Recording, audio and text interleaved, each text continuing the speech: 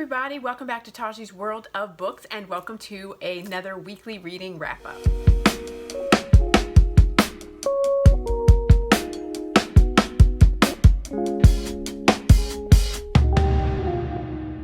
Hi you guys, so I just wanted to hop on really quickly and give you my thoughts on a couple of books that I read, and then we'll go into the next clip because I'm filming it in clips. I like to give you information while it's hot off the press.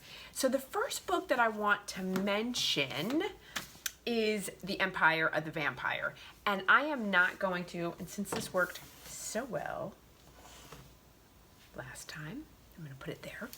I'm not going to go into great detail about this book because I am filming this on Saturday with Charles from Books on Stereo. This is part of our monthly book club. So we went ahead and read this, and this was my pick. We'll see what Charles thinks about it over there. So go over to his channel. You'll find our review of this book there. But just really briefly, this is a high fantasy vampire, paranormal, dark sort of.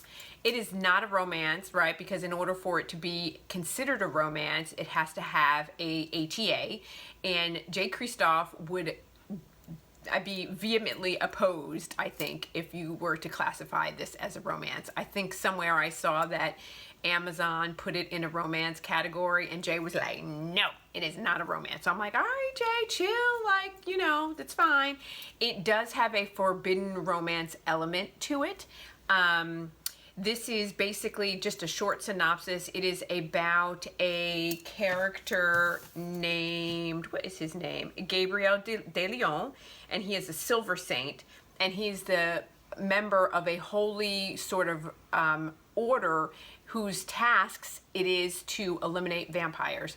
And these silver saints are part bloods. They are part bloods because their fathers were vampires who had relationships with female women, and they had a child. All half-bloods or that are derived come from the male lineage, and they're all men for whatever reason. And so they are tasked with and charged with eliminating the vampire race because the vampires are evil and have set out to do evil things in this mythical world that they have created. And so just like any kind of Roman order, right, like any order that's developed, you, like if you are a monk or whatever, you take a vow of celibacy and piousness, and you say that you're not going to, you're basically married to your task and you're married to God. Well, and there are also these priestesses that are there as well that have dedicated themselves to God, or not to, well, to God, but also to this order. So they are brides of God and they are not meant to be married. Well, obviously a forbidden romance ensues, a forbidden situation, and as a result, there's lots of vengeance and lots of fighting and lots of revenge, and it's bloody, there's battles, there's intense intrigue, you know, things. This is one of, I think this is going to be a trilogy, so this is book one, so it definitely ends on a cliffhanger, but it's sort of, the story is sort of wrapped up, but it's like the beginning of the next chapter of the story, so he did well in the way that he wrapped it up, so you're not kind of really left hanging. It is very, very interesting, very fascinating. Kristoff writes in a way that I absolutely adore. Everything that I have read from Kristoff, including the Nevernight Chronicles, as well as his, I can't remember the other the other trilogy about Fae in space, whatever that one is called. I loved both of those as well, and so they're really, really good. So that is this. Okay, so then next I want to talk about is Pam Godwin's The Sea of Ruin and The King of Libertine. So let me say this. This is a short novella. She tells you here that this falls chronologically, this story falls chronologically between chapter 5 and 6 of this book. And I would recommend that you read it there. Because she says you can read it before or after, but for me, in the chronology of the story, it doesn't make any sense to read it before or after. It makes the most sense for it to be read between 5 and 6. And even then, it's a little bit like jarring, right? Because it goes off on a tangent, right? And you get what's going on here, but then when you come back over here, you're like, I'm confused. What? Like, how did we jump from this to this? But in this overall storyline, it makes sense to read this 5 and 6 here. Okay. This is a dark historical romance. This is my second Pam Godwin book. This is this story is so intense. There are trigger warnings, so please check out the trigger warnings. Pam Godwin, every one of Pam Godwin's books are going to have rape. They're going to have dubious consent. They're going to have non-consent. They're going to have a dark overtone where characters are going through some stuff. They are working for their HEA, and they get to their HEA, but they have to put the work in, tremendous amount of work to get there. And I love every minute of it because it's like page turner and you're on the edge of your seat. And it's been a long time since I have read a book that I couldn't stop thinking about, that I couldn't put down, that I was just like over the edge enthralled from page 1. Really exciting. So this book is about, I'm not going to give away too much. I don't know if you've heard about it, but I think it's better to go in blind. So more or less, this is about a girl named Bennett Sharp. And Bennett Sharp is the daughter of an English woman who is an aristocrat. She's part of the nobility. And her mother basically has a tryst with a pirate. She has a tryst with a pirate, and Bennett is the result of that. And because of this tryst, she has been shunned from English society. So they leave England, London, and they go to the Carolinas, and they live in the colonies. And so Bennett has only been raised in the colonies. And the book starts off with her being betrothed. Her mother is preparing for her to be betrothed, and she's about to be betrothed to this old dude who is gross and disgusting. And she is like, I am not doing that. But Bennett has a wild sort of pirate-like spirit. She's 14 years old, and she just is like a wild child, right? She's going to go do her thing. And so she basically runs off, and she runs off to meet this pirate whom you're like, who is this dude that she's meeting? And it turns out to be her father. And she's been meeting with her father for the better part of 14 years and learning stories and hearing about the high seas and just everything. And her adventures sort of develop from there. Tragedy strikes, things happen, and she is now on her own, on the high seas, trying to figure out what life is going to be like. And it is a ongoing triangle of deceit and lies and tragedy and dubious consent situations. And she becomes the captor of, well, she becomes the pirate, like she's the captain of her ship. And there are so many lessons to be learned. She falls in love and falls out of love and falls in love. Again, there's a number of situations where there's misunderstandings and misinformation. There is a love triangle situation. There is a lot that is packed into this book, and I am telling you, page after page, you can't put it down. And it has that historical romance feel, like that really wonderful historical romance feel that all of like romance readers absolutely love historical romances, except for me. I don't know what's wrong with me, but it has that really great historical romance feel, but then it has that dark contemporary, like really dangerous belly undertones of like all the forbidden fruits that we love that happen in these books, that if happened in real life, you would be like, nope, nobody, nope, not okay. But in a book, you're like taken by storm. And I am telling you that Pam Godwin does not disappoint. The first book that I read from Pam Godwin was Dark Notes, and that is a dark student-teacher romance, and it is a forbidden romance, and it is gorgeous and beautiful and wonderful. And this Sea of Ruin, it has been on my shelves for a year at least, and I've just now gotten to it. And it is, like I said, it's historical and it's dark and it is wonderful and glorious, and it is going to make my top, 10 standalone for 2021 for sure, hands down. I will read this book again.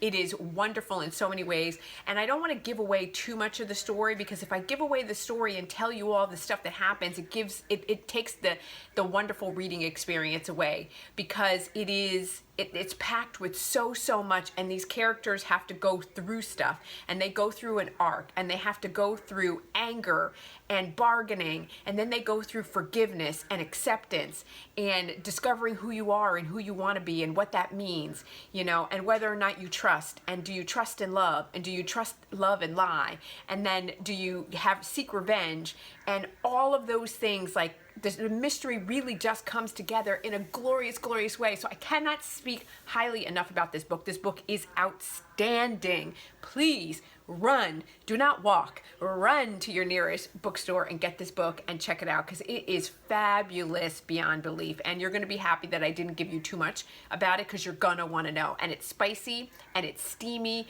and it's romance, and it's heartbreaking, and it's gorgeous, and it's frustrating. It's everything all wrapped up in this beautiful, beautiful little book. And it's on Audible. And it's one of those Audibles where you can only get it on Audible, but if you get the Kindle Unlimited version, then you can do Whisper Sync and get it for like $7, the Audible book for like $7. It's so worth it. Just do it, for sure. Okay, so having said that, let's go to our next clip so I can do the final couple books that I've read for this week, and we can do the finish of the wrap up, and I'll see ya over there. Hi, so I just wanted to hop on really quick and talk about the last couple of books that I read in this week. So I want to share those with you. It has been a really great reading week. I already talked about Empire the Vampire. I talked about The Sea of Ruin, which was in the last clip. And the next book that I want to talk about is Sierra Simone, Misadventures of a Curvy Girl. I have to say, everything that Sierra Simone writes, I absolutely love. Like, there are a couple authors that I think maybe I'll do that. Like, who are my, like, all-time, like, you write them.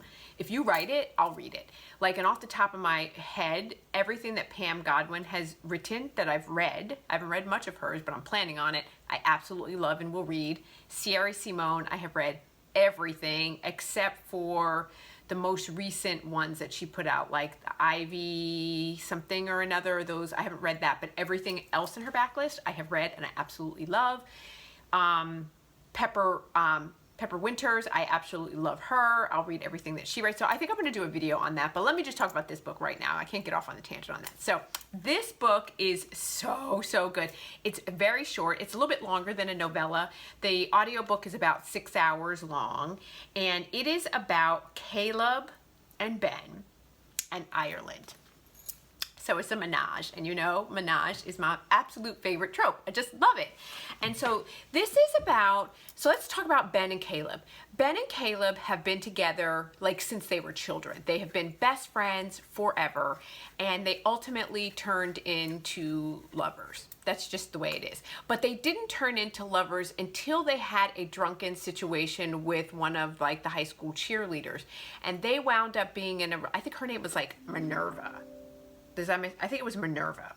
I can't remember, but whatever her name was, they were in a relationship for like 4 years together.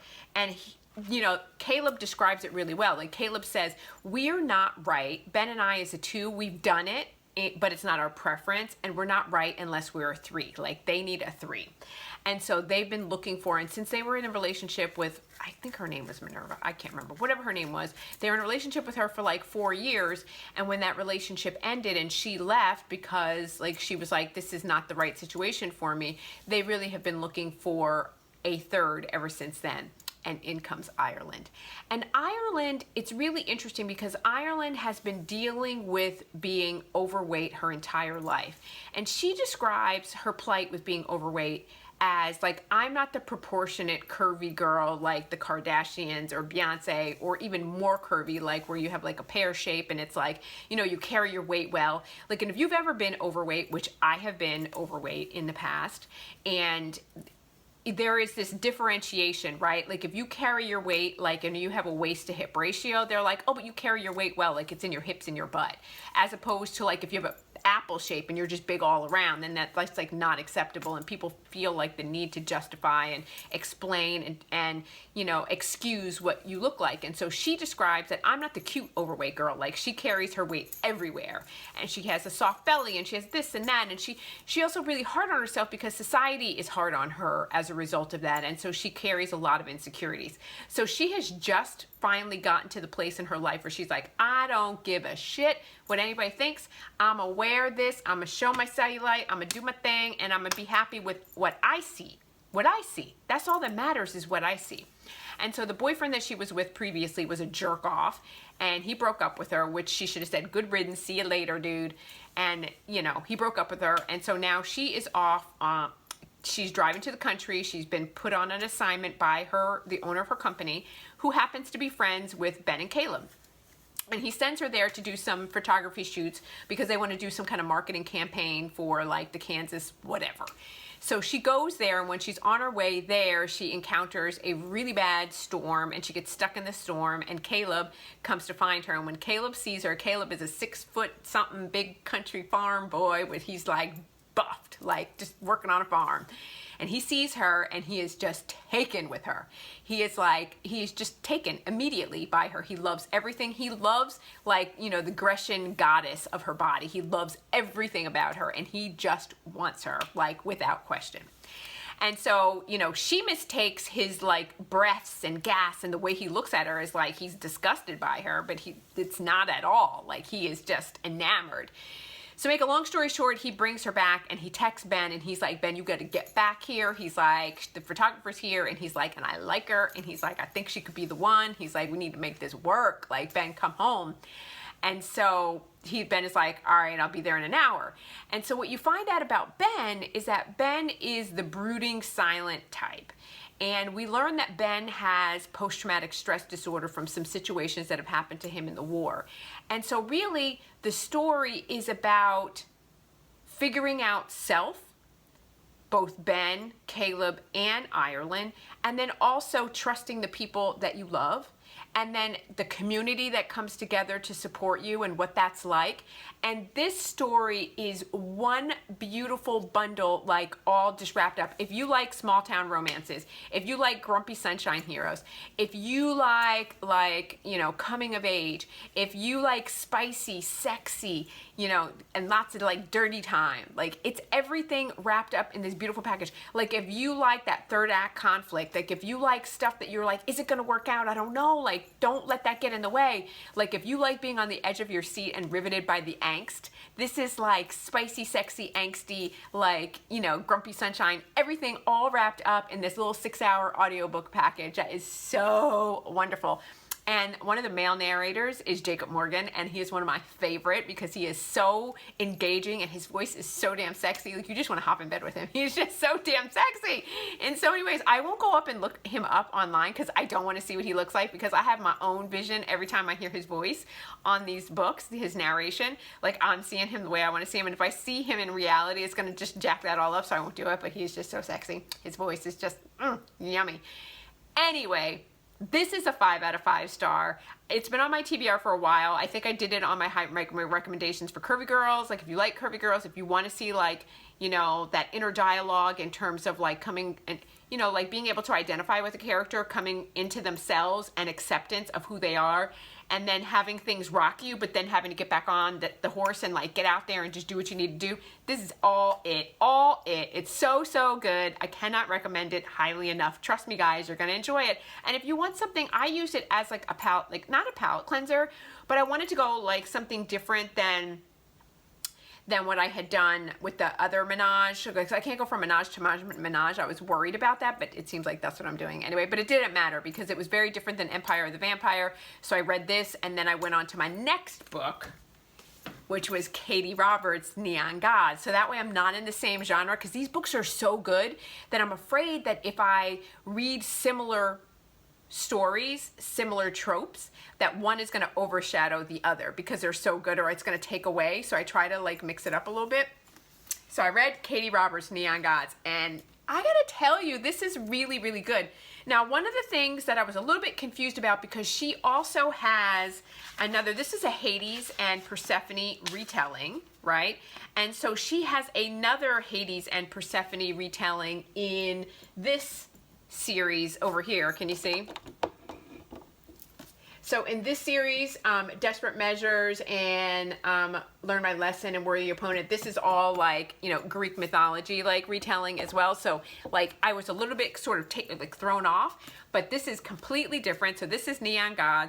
This is Hades and Persephone's. Now, this is a little bit different in the sense that these titles are sort of given to you like you would get, like a dukedom is handed down, right? Like, it's a title that's handed down from father to son and from mother to daughter in that way.